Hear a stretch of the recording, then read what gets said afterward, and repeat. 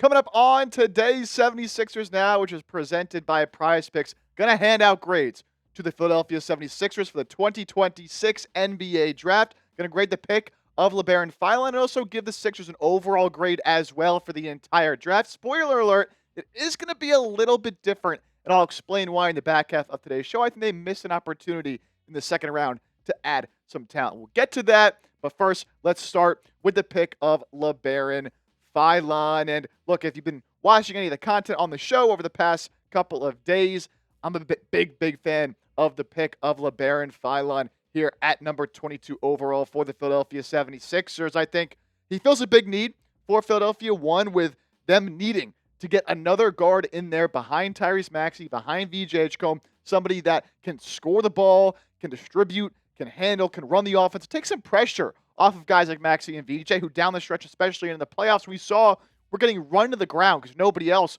was able to initiate that offense after the Sixers traded away Jared McCain at last year's deadline. And so you're bringing a player here in Philon who, honestly, like from his freshman year to his sophomore year, showed some different skills that I think is very promising. A very versatile player who showed he can be that primary ball handler for you, as he showed in his sophomore year, but also can excel off the ball and play a little bit of a different role like he did in his freshman season.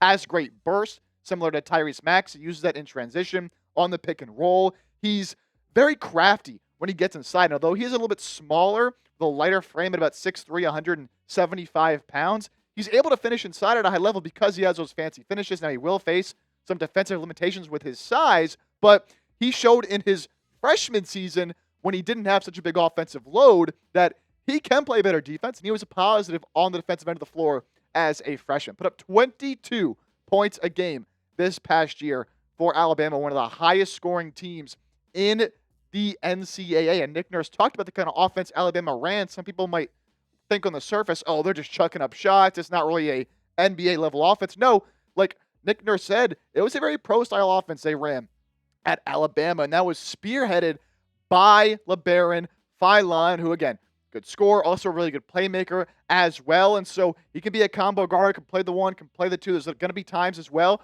where the Sixers have Philon, Maxey, and VJ out there on the floor at the same time. I think it's a good pick for now. I think it's a good pick for the future as well. And so really no surprise here. I'm going to be giving the Labaron Philon pick in A grade. You know, you've got a player who, for much of the season, up until like the last day or two before the draft, was supposed to go in the lottery, if not at the very least top like 16 to 18. You get him at number 22 overall. And I did a video this morning saying, you know, I thought it was highway robbery, the Sixers getting him here. And some people push back on that, saying like, oh, well, he fell this far. The Sixers didn't really do anything special. He fell onto their lap. And yeah, sure, you might say, oh, I guess they didn't really do anything because he just fell to them. But like, you can't just have that mindset. You know, the Nuggets, for example, when they took Jokic back in the second round however many years ago, are you going to say that wasn't a great job by then to identify the talent that all the other teams missed on? Like, other teams make mistakes. I think a lot of other teams made mistakes by letting Philon slide all the way to 22. The Sixers didn't overthink it. They didn't try to get cute. They didn't try to be the smartest guy in the room, right? Mike Gansey, in his first year as the Sixers president of basketball operations, his first big decision, taking Philon, best player on the board.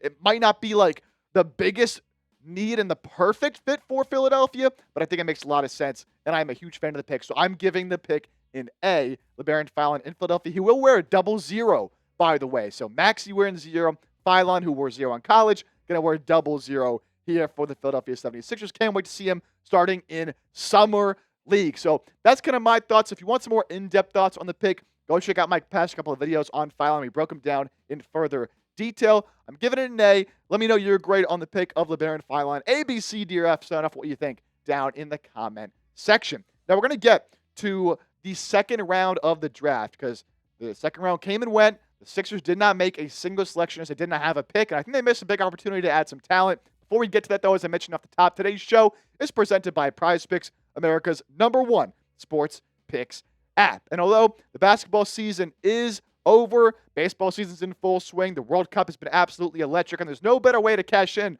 on all the sporting action, and even things like esports and culture picks as well on Prize Picks. No better way to cash in than with our friends at Prize Picks. All you got to do is pick more or less on 2 to 6 player stat projections. You choose flex play, power play. You can win yourself some big-time money. And if you want some inspiration for your picks, you can give me a follow on the app right now. My username @JChip. You can see my lineups before I reveal them on the show. And this is the lineup I was rocking with today. Unfortunately, not a winner. I had Vinny Jr. more than half a goal. He did end up scoring for Brazil. Caitlin Clark more than 21.5 points. She got up to a hot start, had 16 in the first half. Unfortunately, got hurt in the second half. Now, if she would have got hurt in the first half, Prize Picks with their injury insurance would have rebooted that. But because it was the second half, she didn't reach 21.5 points. So no good there. Angel Reese, I believe, their game's at halftime. I think she's already at 11 rebounds. So she'll go more than 11.5. But unfortunately, Clark did not hit that mark. But was a bonus lineup, so that's okay at the end of the day. And we have a great offer for new users right now as well. Download the Prize Picks app today. Use code HMA when you play your first $5 lineup to receive $50 in lineups of Prize Picks. Again, code HMA when you play your first $5 lineup to get an extra $50 in lineups of Prize Picks. That link will be down in the comments and description of today's show. So, as I mentioned, love what the Sixers did in round one. Love the pick of Philon. Think it was an absolute steal and great value. He's going to be awesome for Philadelphia.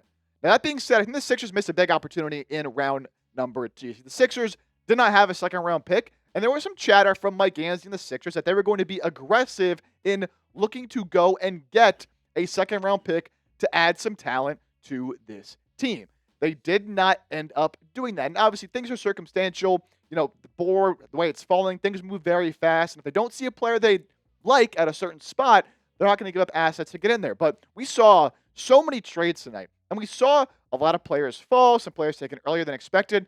One player in particular, though, that did fall, that I think the Sixers should have absolutely made a play for, was Henry Vassar, the big man out of North Carolina. And this was somebody who I was considering as a first-round target for the Sixers. At number 22 overall, he falls all the way to number 52 in the second round, ends up getting picked up by the Atlanta Hawks. And I think a fantastic pick by them, but I think a missed opportunity here from Philadelphia. You know, the Sixers addressed one need in round one by taking a guard who fills that need, but the Sixers still have a lot to work on with their front court and adding size and adding another big man. And Vassar is a super skilled player. He's very versatile. He can space the floor. Shot 40+% from three this year at North Carolina. But he's also a good shot blocker as well, and a very underrated passer. Now, he's not the best rebounder, still averaging only 9 rebounds a game, and a little bit frail, a little bit thin. You can see with the picture on screen right now, like he does have to add a little bit of weight, and I think he can play more to his 6'11" size and get better at, you know, banging down there against some of the true physical big men off to face in the NBA. But at 52 overall, like, the Sixers should have been all over this in the second round. Now, there was some reporting that Vassar's agent, they were trying to get him to go to Atlanta, and sometimes when you get in the second round, we see this kind of thing where players will tell teams, like, straight up, do not draft me. They want to go to a certain location. I don't love that they can always have all that power with where they want to go. Vassar seemed to want to go to Atlanta. Regardless, though, of the situation, I feel like the Sixers should have been more aggressive in making a play once I saw Vassar falling this far down the board to address that big need for them. So the Sixers still have to find a way to address backup big man and 4/5 hybrid. You know, they had a lot of bodies last year. Dominic Barlow, Jabari Walker, Trent Watford, then at backup center, Dembona, Andre Drummond, who all outside of Barlow were pretty ineffective. And so now they'll have to look towards free agency, maybe the trade market, to address that need. So I dropped their grade a little bit. I gave the Sixers a A- for the entire draft.